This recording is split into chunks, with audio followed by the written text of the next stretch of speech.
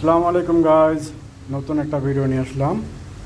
এটা হলো ঝাল পিঠা। আগুনের তেজ একবারেই স্লো রাখতে হবে আর এইভাবে সুন্দর করে ভাজতে হবে।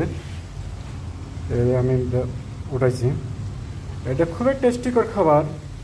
এটার মধ্যে আপনার কাঁচা মরিচ আছে, তারপর আপনার আদা আছে, রসুন আছে, তারপর সাদা এলাচ দেওয়া আছে যেন ফ্লেভারটা ঠিক আসে, টেস্টিটা ভালো হয়। তো এটা দিয়ে আমি আগে প্রথমেই কাঁচামরিচ, রসুন, আদা, তারপর সাদা এলাচ ব্লেন্ডার করে নিয়েছি।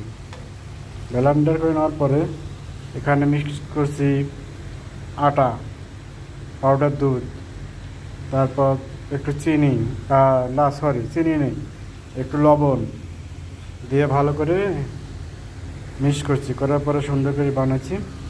দেখেন, আপনারাও ট্রাই করে দেখেন, খায়া দেখেন, ট্রাই করে খুবই টেস্টি লাগবে ইনশাল্লাহ। আসসালামু আলাইকুম।